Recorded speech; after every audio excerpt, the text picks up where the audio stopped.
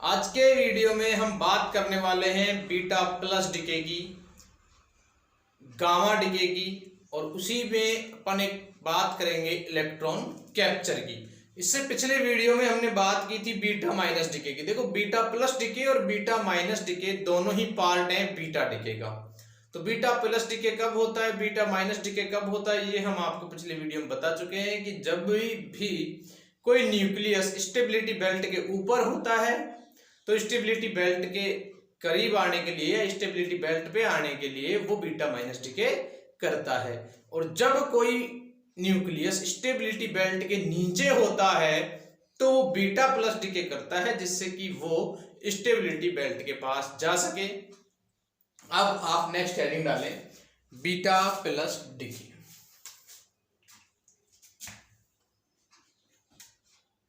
Beta plus decay, देखो beta plus decay में जो डीके होता है वो होता है पॉजिट्रॉन का। पॉजिट्रॉन सुना ही होगा, जो कि इलेक्ट्रॉन के सिमिलर एक पार्टिकल होता है जिसपे कि इलेक्ट्रॉन के एंटी चार्ज होता है। इलेक्ट्रॉन पे नेगेटिव चार्ज होता है और पॉजिट्रॉन पे पॉजिटिव चार्ज होता है। तो जब भी हम बीटा प्लस डीके की बात कर रहे हैं तो इसमें एक पॉजिट्रॉन इमिट होता है। तो लिख लेते हैं यहाँ पे, it emits positron. Beta plus decay जो है वो क्या इमिट करेगा, पॉजिट्रॉन। और पॉजिट्रॉन क्या होता है, +1 चार्ज होता है और उसका मास नंबर 0 होता है, या मास भी उसका इलेक्ट्रॉन के तरह ही होते हैं। तो मास नंबर ए उसका 0 होता है और +1 उस पर चार्ज होता है। तो बीटा प्लस डीके पे यदि अपन चार्ज की बात करें तो चार्ज क्या हो जाएगा, +1। और यदि मास की बात करें तो मास क्या होता है, 0। मास बीटा माइनस में भी 0 था, केवल चार्ज वहां पे -1 था, यहाँ पे +1 है। जब प्लस की बात कर रहे हैं तो चार्ज +1, माइनस की बात कर रहे हैं तो चार्ज -1। देखो होता क्या है एक्चुअल में, मान लो ये अपना कोई एक मदर न्यूक्लियाई है। इस मदर न्यूक्लियाई है Z, इसका एटॉमिक नंबर Z है, मास नंबर A है। अभी ये कुछ इमिट कर रहा है एक बीटा प्लस, मतलब +1e0 इसने इमिट किया। तो इधर जो बचा डॉटर न्यूक्लियाई। डॉटर न्यूक्लियाई की यदि मैं आपसे Z की बात करूं कि इसका Z क्या हो जाएगा, तो देखो यहाँ पे +1 है तो यहाँ पे क्या होगा, Z -1। और यहाँ पे 0 है तो यहाँ पे क्या होगा, A, क्योंकि A तो अनचेंज रहता है। बीटा माइनस डीके में भी A अनचेंज था। बीटा माइनस डीके में देखो क्या था, यहाँ पे -1 था तो यहाँ पे Z के साथ अपन ने एक और प्लस ऐड कर दिया था। क्यों, क्योंकि हमको इक्वेशन को दोनों तरफ से बैलेंस में रखना था। और इस इक्वेशन को बैलेंस में रखने के लिए हमने यहाँ पे -1 लिया था तो यहाँ पे +1 कर दिया था। अभी यहाँ पे Z है, यहाँ पे A है, यहाँ पे +1 है तो यहाँ पे इसके साथ एक -1 कर दें। अब दोनों तरफ से अपना जो इक्वेशन है वो इस इधर बैलेंस में है। क्लियर है। देखो इसका एक एग्जांपल ले यदि अपन, तो एग्जांपल 7n14, ये अपन एग्जांपल ले लेते हैं, या 7n12 का लो। 7n14 तो ये खुद ही है। देखो 7n12 ये एग्जांपल ले लू मैं, तो यहां से अपन ने एक बीटा प्लस इमिट कर देंगे, +1e0। ये अपन ने एक बीटा प्लस इमिट कर दिया तो इधर क्या बचेगा, देखो इधर बचेगा 6c12। जब 6c14 से अपन ने माइनस बीटा इमिट किया था तो आया था 7n14। लेकिन जब 7n12 से अपन प्लस बीटा इमिट कर रहे हैं तो क्या आ रहा है, 6c12। और इस इक्वेशन को बैलेंस करने के लिए वहां पे अपन ने एक लगाया था पार्टिकल एंटी न्यूट्रिनो। यहाँ पे एंटी न्यूट्रिनो की जगह पे अपन इस्तेमाल करते हैं न्यूट्रिनो। देखो न्यूट्रिनो और एंटी न्यूट्रिनो, इनमें केवल नाम का डिफरेंस है, बाकी सारी चीजें क्या है, इनमें सिमिलर होती हैं। एंटी न्यूट्रिनो की प्रॉपर्टीज भी न्यूट्रिनो की तरह ही होती है। एंटी न्यूट्रिनो का जो काम होता है वो भी न्यूट्रिनो की तरह ही होता है। भाई एंटी न्यूट्रिनो क्यों लगाया था वहां पे, एंटी न्यूट्रिनो इसलिए लगाया था जिससे कि अपन जो इक्वेशन जो है अपनी, उसमें जो एनर्जी आ रही है उसको कंजर्वेशन को बैलेंस कर सके और उसका जो मोमेंटम कंजर्वेशन है उन दोनों को अपन प्रूव कर सके। एक तो कंजर्वेशन ऑफ एनर्जी के लिए और दूसरा कंजर्वेशन ऑफ स्पिन मोमेंटम के लिए। इन दो के लिए अपन लेके आए थे वहां पे एंटी न्यूट्रिनो। और एंटी न्यूट्रिनो का प्रिंसिपल जो था या उसका जो सजेशन था वो किसने दिया था? पॉली ने। तो यहाँ पे न्यूट्रिनो का भी किसने दिया था? पॉली ने। तो देखो जब यहाँ पे पहले इलेक्ट्रॉन था, अब पॉजिट्रॉन क्या है? इलेक्ट्रॉन का एंटी पार्टिकल है या इलेक्ट्रॉन का एंटी पार्टिकल है, तो वहां पे भी न्यूट्रिनो का एंटी पार्टिकल, वहां पे एंटी न्यूट्रिनो था, यहाँ पे न्यूट्रिनो आ जाएगा। तो यहाँ पे आ जाता है इसके साथ में न्यूट्रिनो, और इसको रिप्रेजेंट करते हैं केवल V से, और एंटी न्यूट्रिनो को V बाहर से, और प्लस में कुछ एनर्जी आ जाती है। तो एंटी न्यूट्रिनो का काम क्या होता है? वही कंजर्वेशन ऑफ एनर्जी और कंजर्वेशन ऑफ मोमेंटम, फिर कुछ एनर्जी भी यहाँ पे है। अब देखो एक्चुअल में होता क्या है कि भाई इसके पास तो पॉजिट्रॉन भी नहीं है, न्यूक्लियस के पास तो पॉजिट्रॉन भी नहीं होता, तो ये पॉजिट्रॉन उसने कहां से निकाला? तो उसके लिए आप नोट डाल के लिखे एक, एक्चुअली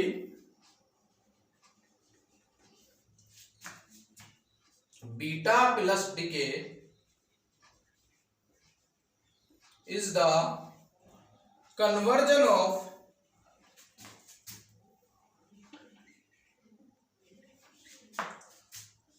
proton to neutron। जब बीटा प्लस डीके हो रहा है तो होता क्या है कि एक प्रोटॉन कन्वर्ट हो रहा होता है किसमें? न्यूट्रॉन में। और ये सारी प्रोसेस कहां होती है? Inside the nucleus, inside the nucleus. Nucleus के अंदर ही ये सारी प्रोसेस होती है कि जब बीटा प्लस डीके होता है तो अपना एक प्रोटॉन कन्वर्ट हो जाता है किसमें? एक न्यूट्रॉन में। और ये सारी की सारी प्रोसेस इनसाइड द न्यूक्लियस होती है। मतलब एक्चुअल में देखो क्या हो रहा है, एक्चुअल में ये हो रहा है कि अपने पास में एक प्रोटॉन है, एक प्रोटॉन है 1p1, यही है। इसको अपन को कन्वर्ट करना है किसमें? एक न्यूट्रॉन में। किसमें कन्वर्ट करना है? एक न्यूट्रॉन में। न्यूट्रॉन क्या होता है? 0 and 1। एक प्रोटॉन था, इसको अपन ने कन्वर्ट कर दिया किसमें? न्यूट्रॉन में। न्यूट्रॉन होता है 0 and 1, न्यूट्रॉन पे कोई चार्ज नहीं होता। अब देखो इस इक्वेशन को बैलेंस करने के लिए यहाँ पे अपने को कुछ लाना पड़ेगा। इधर आएगा +1, इधर E और इधर 0, और ये क्या होता है? पॉजिट्रॉन। ये क्या होता है? पॉजिट्रॉन। ठीक है, एक प्रोटॉन था, उसको अपन को बनाना था न्यूट्रॉन। न्यूट्रॉन बनाया, इधर 1 इधर 1 इधर 1 इधर 0, तो इधर क्या आएगा? 1 और इधर क्या आएगा? 0। एक ऐसा पार्टिकल जो कि इस इक्वेशन को बैलेंस करे, और वो क्या था? पॉजिट्रॉन। ये सारा की सारा प्रोसेस होता कहाँ है? न्यूक्लियस के इनसाइड में। जब बीटा माइनस डीके हो रहा था तो भी न्यूक्लियस के इनसाइड ही हो रहा था सारा प्रोसेस, कि भाई एक न्यूट्रॉन जो है प्रोटॉन में चेंज हो रहा था। यहाँ पे क्या हो रहा है? उसका अपोजिट, एक प्रोटॉन किस में चेंज हो रहा है? न्यूट्रॉन में चेंज हो रहा है। प्रोटॉन किस में चेंज हो रहा है? न्यूट्रॉन में चेंज हो रहा है। ठीक है, प्लस में V लिख लो अगर आप लिखना चाहो तो, न्यूट्रिनो। और V क्या है? न्यूट्रिनो। इसकी प्रॉपर्टीज की अगर अपन बात करें तो इसकी सारी की सारी प्रॉपर्टी सिमिलर होती है एंटी न्यूट्रिनो। जैसे एंटी न्यूट्रिनो की प्रॉपर्टी क्या थी? एंटी न्यूट्रिनो की प्रॉपर्टी ये थी कि एक तो उसका स्पिन की बात करें यदि अपन, तो स्पिन प्लस माइनस हाफ होता है। चार्ज की बात करें तो उस पर चार्ज भी 0 होता है। रेस्ट मास की बात करें तो रेस्ट मास भी उसका क्या होता है? 0 होता है। स्पीड की यदि अपन ने बात की थी तो उसकी स्पीड, लाइट की स्पीड कितनी थी? विजिबिलिटी की बात की थी तो वो इनविजिबल था। तो सेम प्रॉपर्टीज है इसकी भी। और एक और की वो बहुत ज्यादा पेनिट्रेटिंग था, जिससे कि वो light year of silver, light year of aluminium को भी पास कर सकता है। मतलब वो कहीं रुकने वालों में से नहीं था एंटी न्यूट्रिनो। तो ऐसा ही सिमिलर प्रॉपर्टीज न्यूट्रिनो की होती है। और जो काम वहां पे एंटी न्यूट्रिनो कर रहा था बीटा माइनस डीके में, वही सेम काम यहां पे न्यूट्रिनो करेगा बीटा प्लस डीके में। तो इसके बारे में ज्यादा मेरे हिसाब से बताने की जरूरत है नहीं कि एंटी न्यूट्रिनो या न्यूट्रिनो क्या काम करता है। कंजर्वेशन ऑफ एनर्जी का काम करता है सिमिलर, और स्पिन के कंजर्वेशन का। ठीक है, और ये जो पॉजिट्रॉन है ये जनरेट कहां हो रहा है? Inside the nucleus. यहां पे लिख देता हूं मैं, positron is generated inside the nucleus. ये पॉजिट्रॉन जो है अपना, ये कहाँ जनरेट हो रहा है? न्यूक्लियस के अंदर जनरेट हो रहा है, कहीं बाहर से इसको नहीं लिया जा रहा है, बाहर से ना एब्जॉर्ब किया जा रहा है, ना कुछ और किया जा रहा है कि भाई कहीं बाहर से कैप्चर कर लिया या बाहर से पकड़ के ले लिया, नहीं, ये न्यूक्लियस के अंदर ही जनरेट हो रहा है। कब जनरेट हो रहा है? उस टाइम पे जब एक प्रोटॉन चेंज हो रहा है किसमें? एक न्यूट्रॉन में। जब एक प्रोटॉन न्यूट्रॉन में कन्वर्ट हो रहा है उस टाइम पे पॉजिट्रॉन जनरेट हो रहा है इनसाइड द न्यूक्लियस। तो क्लियर है मेरे हिसाब से बीटा प्लस डीके सभी को, कि जब बीटा प्लस डीके होता है तो उस टाइम पे पॉजिट्रॉन इमिट होता है। जब बीटा प्लस डीके होता है तो क्या होता है? एक पॉजिट्रॉन इमिट होता है। पॉजिट्रॉन पे चार्ज होता है +1 और उसका मास होता है 0। यदि मैं बात करूं, मान लो ये मैंने एक ले लिया मदर न्यूक्लियाई, मदर न्यूक्लियाई से मैंने एक पॉजिट्रॉन इमिट करवा दिया या बीटा प्लस इमिट करवा दिया। बीटा प्लस इमिट करवाया तो उसके बाद में क्या बचा? जो डॉटर न्यूक्लियाई बची उसके पास में Z-1 और A। जैसे अगर एग्जांपल की बात करें तो मैंने 7n12 ले लिया, इधर एक पॉजिट्रॉन या बीटा प्लस डीके हुआ, उसके बाद में C612 में ये कन्वर्ट हुआ, कुछ V आया और कुछ Q आया। ठीक है, एक्चुअल में अगर बात करें तो बीटा प्लस डीके में होता क्या है? तो कन्वर्जन है प्रोटॉन से न्यूट्रॉन का, कि प्रोटॉन किस में कन्वर्ट हो रहा है? न्यूट्रॉन में। जबकि बीटा माइनस डीके में क्या हो रहा था? एक न्यूट्रॉन किस में कन्वर्ट हो रहा था? प्रोटॉन में। तो न्यूट्रॉन, प्रोटॉन को न्यूट्रॉन में बना दिया अपन, एक प्रोटॉन लिया उसको न्यूट्रॉन में कन्वर्ट किया, जो भी इक्वेशन आई थी उसको बैलेंस करने के लिए जो पार्टिकल आया वो आया पॉजिट्रॉन, और साथ में आया न्यूट्रिनो। क्लियर है यहां तक? और पॉजिट्रॉन जो है वो जनरेट हो रहा है इनसाइड द न्यूक्लियस, कहीं बाहर से उसको एक्सपोर्ट या इंपोर्ट नहीं करवाया जा रहा है, वो जनरेट हो रहा है इनसाइड द न्यूक्लियस। जब वो रिएक्शन हो रही है उसी टाइम वो न्यूक्लियस के अंदर जनरेट हो जाता है। क्लियर है? नोट करो, हो गया।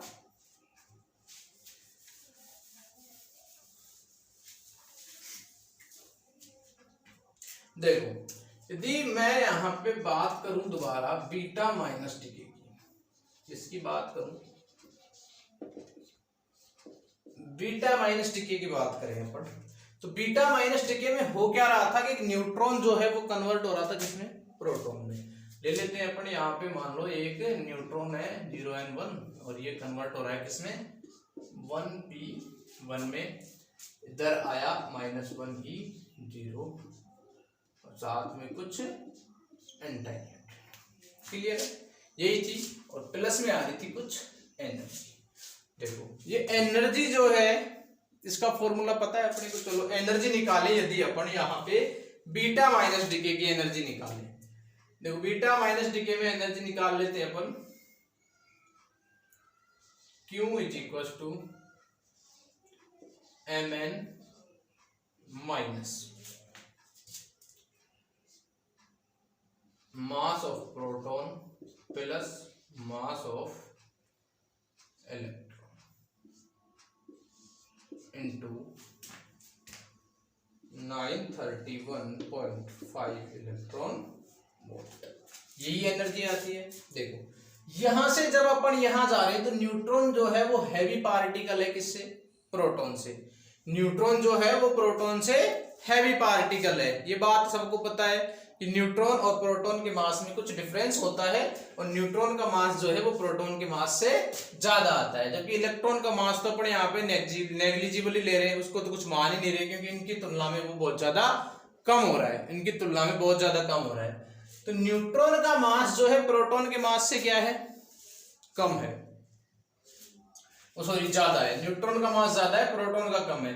तो यहां से यहां जाने पे हो रहा क्या है? देखो यहां से जब अपन यहां गए तो कहीं ना कहीं मास जो है वो डिक्रीज हो रहा है। मास क्या हो रहा है? डिक्रीज हो रहा है, कि भाई अपने पास यहाँ पे ज्यादा मास था, यहाँ पे मास डिक्रीज हुआ, और उस मास डिक्रीज की वजह से ही क्या आई? एनर्जी आई। मास डिक्रीज हुआ उसकी वजह से एनर्जी आई। तो क्यू जो है अपनी वो यहाँ पे क्या आएगी? पॉजिटिव आएगी। एनर्जी कैसी आएगी? माइनस बीटा डीके में पॉजिटिव एनर्जी आएगी।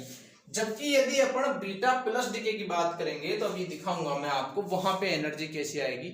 नेगेटिव आएगी। देखो यहाँ पे यदि एनर्जी पॉजिटिव आ रही है तो तो इसका मतलब क्या हो रहा है कि एनर्जी क्या हो रही है, रिलीज हो रही है, एनर्जी रिलीज हो रही है। पॉजिटिव एनर्जी आने का मतलब एनर्जी रिलीज हो रही है। तो ये जो प्रोसेस है इसको अपन बोलते हैं एक्सोथर्मिक प्रोसेस। एक्सोथर्मिक प्रोसेस भी इसको अपन बोल देते हैं क्योंकि इसमें एनर्जी रिलीज हो रही है और इस प्रोसेस को अपन एक्सोथर्मिक प्रोसेस भी बोल देते हैं। मान लो यदि कहीं पूछ लिया जाए कि बीटा माइनस डीके कैसा प्रोसेस होता है, एक्सोथर्मिक या एंडोथर्मिक, तो बीटा प्लस डीके वाला जो बीटा माइनस डीके का जो प्रोसेस है वो होता है एक्सोथर्मिक। अब अपन बात करें किसकी, बीटा प्लस डीके की। यहीं से देखो आपको पता चलेगा कि इलेक्ट्रॉन कैप्चर वाला जो कंसेप्ट है वो कैसे आया, इलेक्ट्रॉन कैप्चर क्यों होता है। यदि बीटा प्लस डीके की मैं बात करूं तो उसमें अपन 1p1 यानी एक प्रोटॉन को कन्वर्ट कर रहे होते हैं किसमें, न्यूट्रॉन में, 0n1 में, ठीक है। प्लस में अपना आता है +1e0 plus v plus q। यहां पे एनर्जी निकाली यदि देखो तो क्या हो जाएगी, mass of proton minus mass of neutron plus mass of electron या पॉजिट्रॉन इंटू 931.5 इलेक्ट्रॉन वोल्ट। और ये सारी की सारी वैल्यू कितनी होती है, इन एएमयू। फॉर्मूला तो पता है ना सभी को, ये वैल्यूज किसमें रखते हैं अपन, एएमयू में। तो अब देखो यहाँ पे यदि अपन बात करें तो जब इधर से इधर जा रहे हैं अपन, यहां से जब यहां पे जा रहे हैं तो यहाँ पे मास इंक्रीज हो रहा है, मास इंक्रीज हो रहा है, मतलब मास इंक्रीज हो रहा है तो एनर्जी कैसी आएगी, नेगेटिव। ये मास कम है, ये मास ज्यादा है, तो क्यू यहाँ पे कैसा आएगा, tends to negative. Q negative आ रहा है मतलब क्या हो रहा है कि एनर्जी एब्जॉर्ब हो रही है, एनर्जी एब्जॉर्ब। इसमें एनर्जी क्या हो रही है, एब्जॉर्ब हो रही है। जब बीटा प्लस डीके हो रहा है तो उस टाइम पे जो न्यूक्लियस है वो एनर्जी एब्जॉर्ब कर रहा है, या जो रिएक्शन है वो एनर्जी एब्जॉर्ब कर रही है। मतलब इस प्रोसेस में एनर्जी एब्जॉर्ब हो रही है, तो इस प्रोसेस को अपन बोलते हैं एंडोथर्मिक।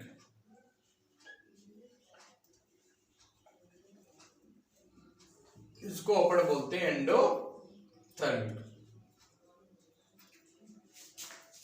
क्लियर है यहां तक। देखो बीटा माइनस डीके की जब अपन बात करेंगे तो न्यूट्रॉन को कन्वर्ट कर रहे हैं किसमें, प्रोटॉन में। जब न्यूट्रॉन से प्रोटॉन की तरफ जा रहे हैं मतलब मास जो है डिक्रीज हो रहा है, मास डिक्रीज हो रहा है तो एनर्जी आ रही है अपनी positive.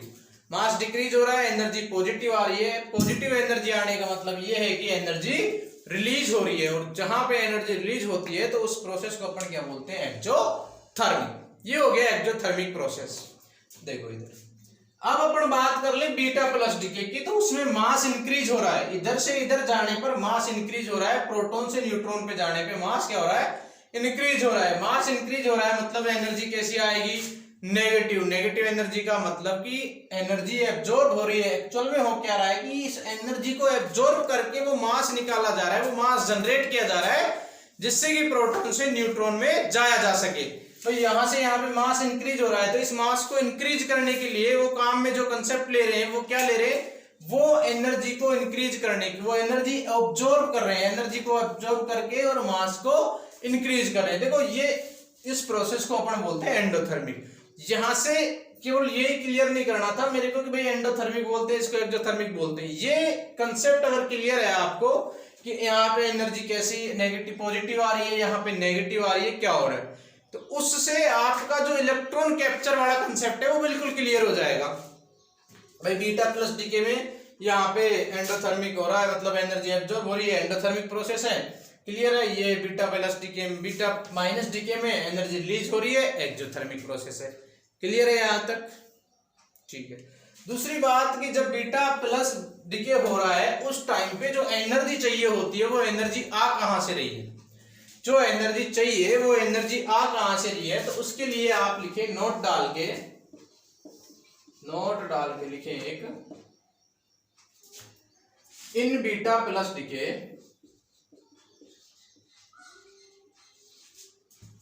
Energy is absorbed from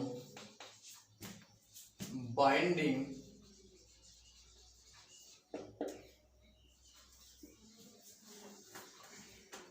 energy of nucleus, वो होती है delta E upon C square is equal to delta M. देखो बीटा प्लस डीके जब होता है तो जो एनर्जी एब्जॉर्ब की जाती है वो एब्जॉर्ब की जाती है न्यूक्लियस की बाइंडिंग एनर्जी से। कहां से की जाती है? न्यूक्लियस की बाइंडिंग एनर्जी से। और delta E upon C square is equal to delta M, और वहां से डेल्टा एम क्रिएट किया जाता है, डेल्टा एम बनाया जाता है। क्लियर है? ठीक है, एक बार ये नोट करें। ओके, हटा दो।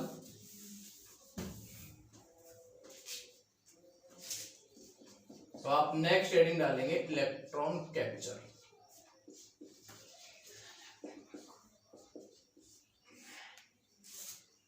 देखो इलेक्ट्रॉन कैप्चर कब होता है?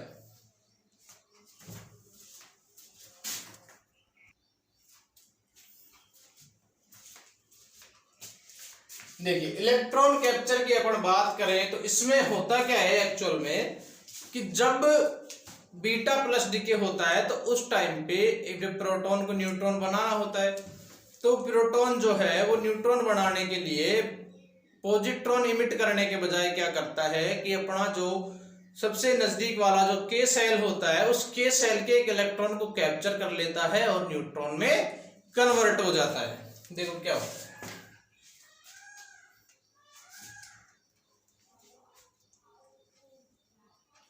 मान लो ये 1p1 प्लस -1e0 और ये कन्वर्ट हो जाता है किसमें? 0n1 में। ये प्रोटॉन था, इसने एक इलेक्ट्रॉन कैप्चर किया और ये कन्वर्ट हो गया किसमें? न्यूट्रॉन में। प्रोटॉन ने एक इलेक्ट्रॉन कैप्चर किया, कन्वर्ट हो गया न्यूट्रॉन में। देखो एक्चुअल में होता क्या है, मान लो ये कोई एक न्यूक्लियस है, यहाँ पे बहुत सारे proton proton proton proton neutron neutron neutron neutron proton proton ये भरे पड़े हैं। ठीक है, अब ये थोड़ा एक हैवी न्यूक्लियस है तो इसके पास में ये मान लो सेल्स हैं इसकी,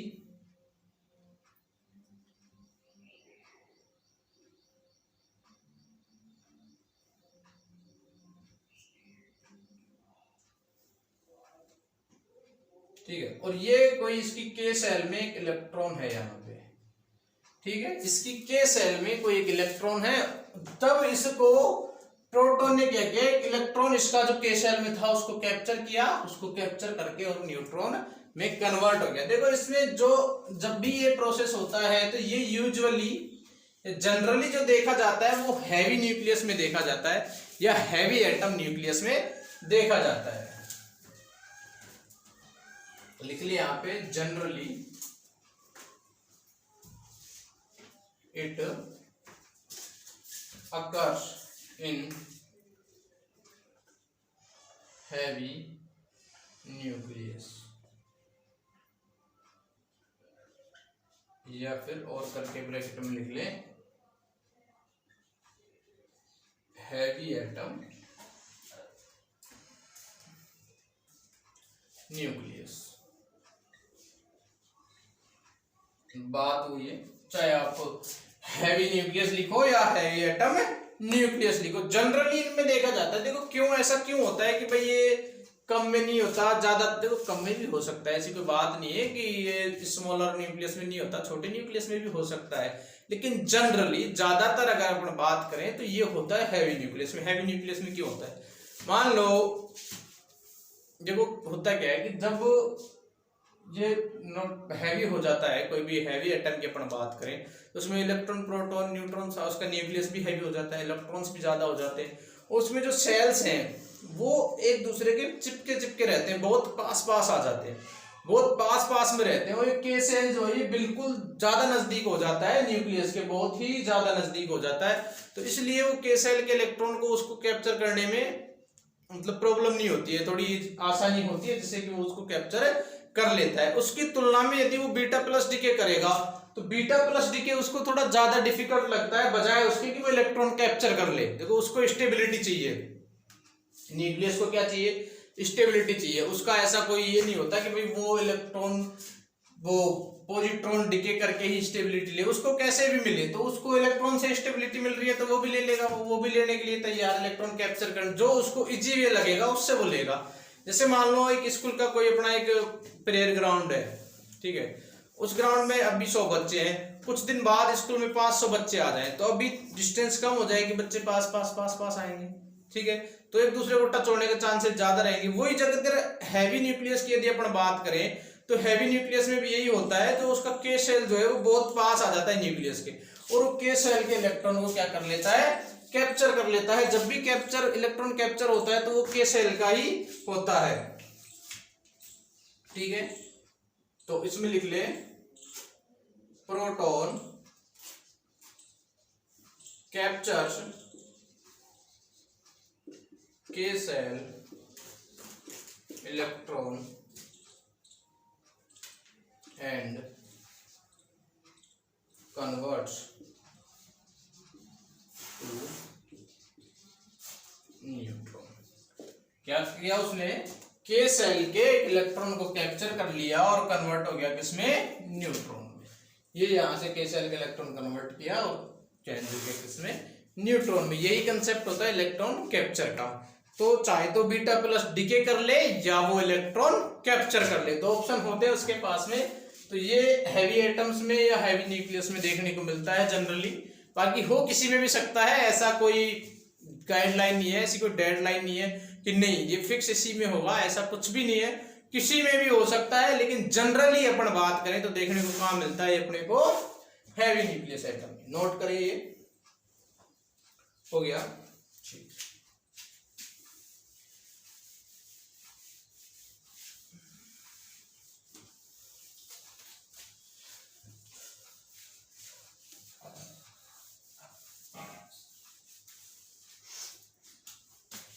ओके, नेक्स्ट हेडिंग डालो gamma DK.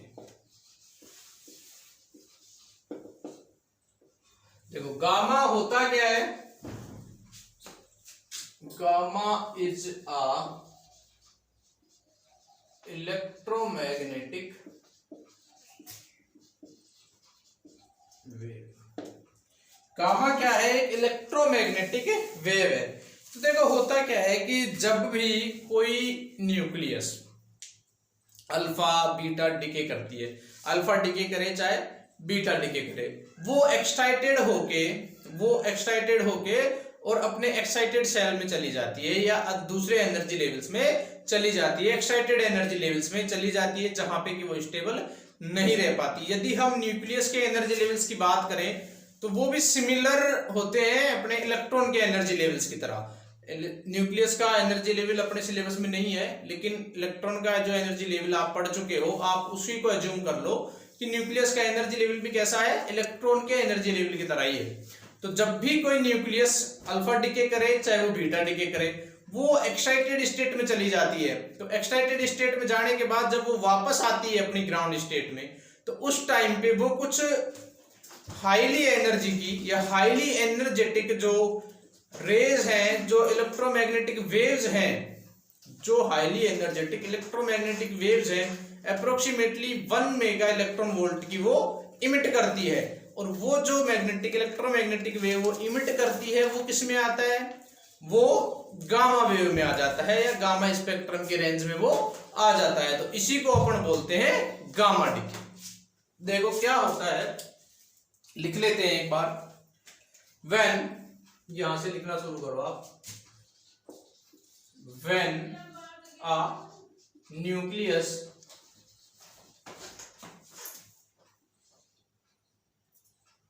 emits alpha decay और बीटा decay या अल्फा पार्टिकल और बीटा पार्टिकल ऐसे लिख लो, emits अल्फा पार्टिकल, decay थोड़ा ठीक नहीं लगेगा, अल्फा पार्टिकल और बीटा पार्टिकल जब भी कोई न्यूक्लियस अल्फा पार्टिकल या बीटा पार्टिकल इमिट करती है, it gets excited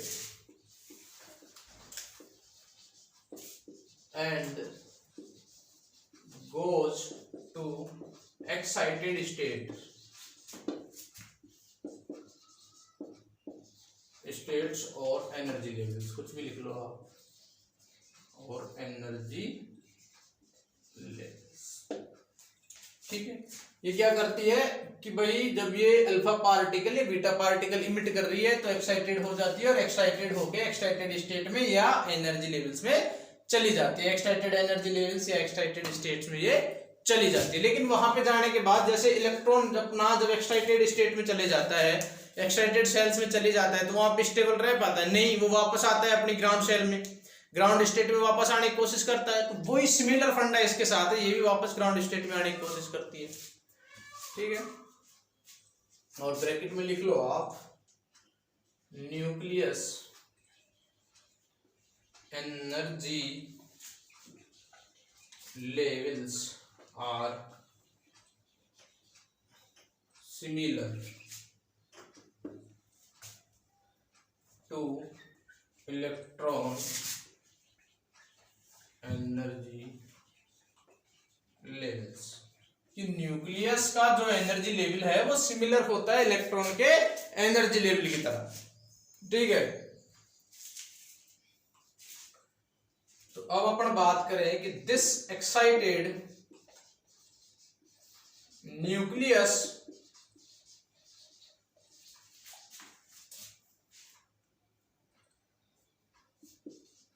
tries to return to its ground state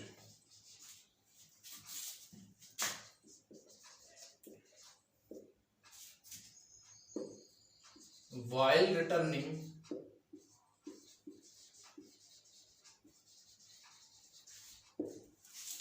it emits highly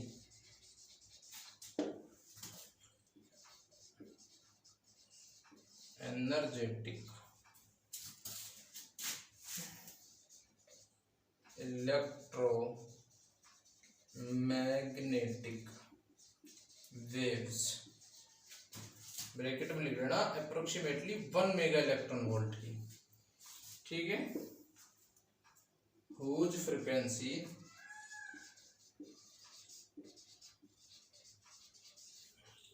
और इनकी फ्रीक्वेंसी एफ की यदि बात करें अपन तो कहां से आ रही है, हायर एनर्जी लेवल से आ रही है, तो En2 minus En1 upon H, वही इलेक्ट्रॉन की तरह इलेक्ट्रॉन की एनर्जी निकालने के लिए अपन ने जो फोटोन जो इलेक्ट्रॉन इमिट किया था उसकी एनर्जी क्या होती है, En2 माइनस En1। तो यहाँ पे भी क्या होगी फ्रीक्वेंसी इसकी En2 upon En1 upon H। और ये जो फ्रीक्वेंसी है ये कहां पे लाई करती है, ये फ्रीक्वेंसी कहां पे लाई करती है, गामा स्पेक्ट्रम में। दिख रहा है ना नीचे का, एक मिनट दिख रहा है, अभी मैं एक लाइन और लिख देता हूं यहीं पे, and this radiation lies in gamma spectrum।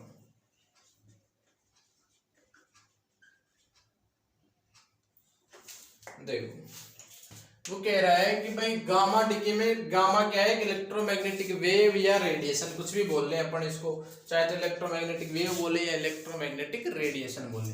फिर वो कह रहा है कि जब कोई न्यूक्लियस इमिट करता है अल्फा और बीटा पार्टिकल, जब भी कोई न्यूक्लियस अल्फा पार्टिकल या बीटा पार्टिकल कुछ भी इमिट करे वो, तो वो क्या होता है, कुछ एक्साइटेड हो जाता है, और एक्साइटेड होने के बाद में कहाँ जाएगा, एक्साइटेड स्टेट में या एक्साइटेड एनर्जी लेवल्स में। लेकिन जब वो हायर एनर्जी लेवल में जाता है तो इलेक्ट्रॉन की तरह स्टेबल नहीं रह पाता है, और जब स्टेबल नहीं रह पाएगा तो कहाँ पे आएगा, वापस अपनी ग्राउंड स्टेट में आने की कोशिश करेगा।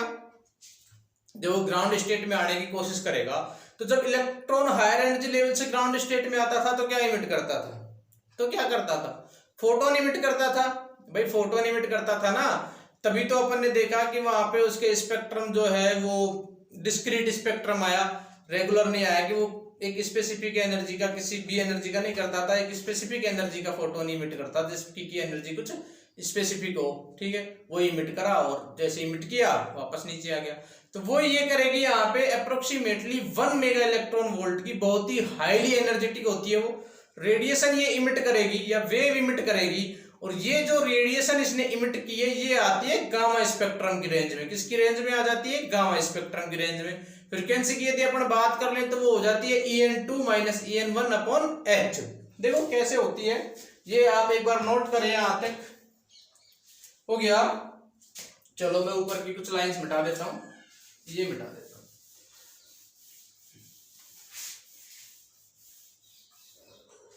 देखो मान लिया ये कोई एनर्जी लेवल्स है अपने न्यूक्लियस के, ठीक है, ये ग्राउंड स्टेट है N1 और ये एक्साइटेड स्टेट है N2 मान लिया इसको, ठीक है।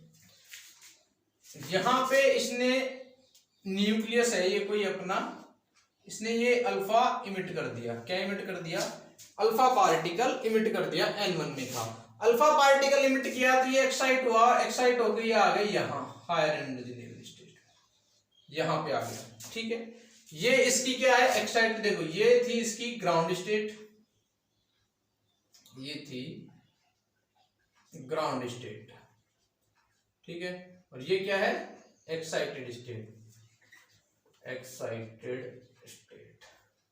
इसने अल्फा इमिट किया और कहां आ गई, एक्साइटेड स्टेट में आ गई। एक्साइटेड स्टेट में आ गई मतलब अब इसके पास कुछ एनर्जी होगी, ये कुछ खुद एक्साइटेड हो गई, ठीक है भाई, ये क्या हो गई एक्साइटेड हो गई, एक्साइटेड होके कहाँ आ गई, ये एक्साइटेड स्टेट में आ गई। अब ये अनस्टेबल हो जाएगी, क्योंकि जब इलेक्ट्रॉन भी तो जब एक्साइटेड स्टेट में चला जाता है तो अनस्टेबल हो जाता है। कोई भी चीज हो स्टेबल कहाँ होती है, अपनी ग्राउंड स्टेट पे।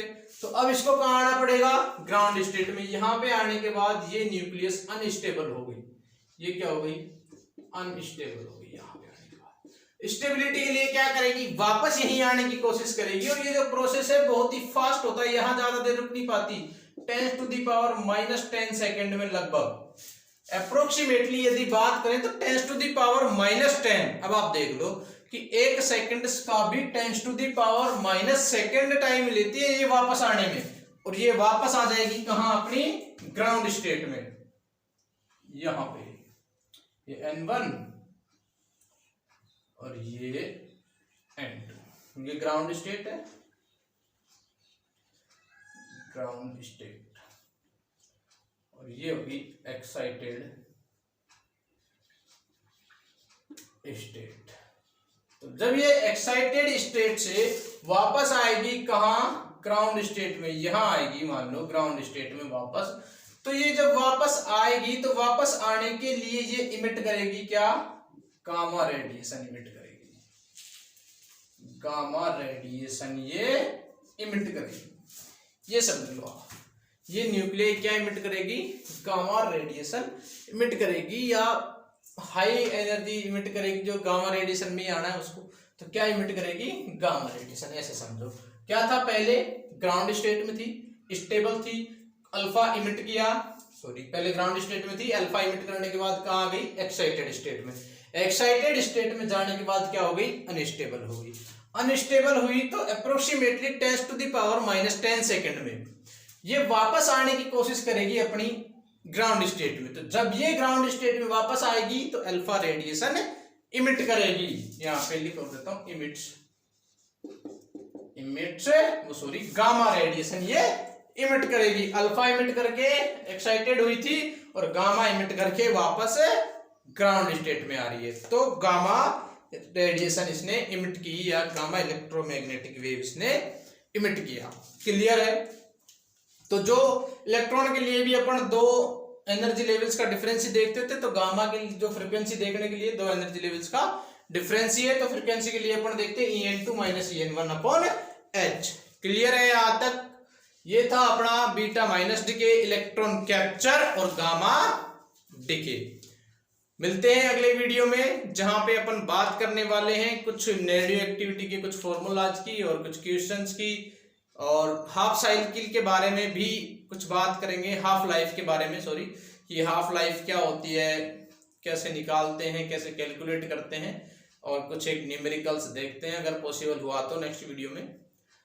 तो मिलते हैं अगले वीडियो में, तब तक के लिए पढ़ाई करते रहें और ऑल द वेरी बेस्ट।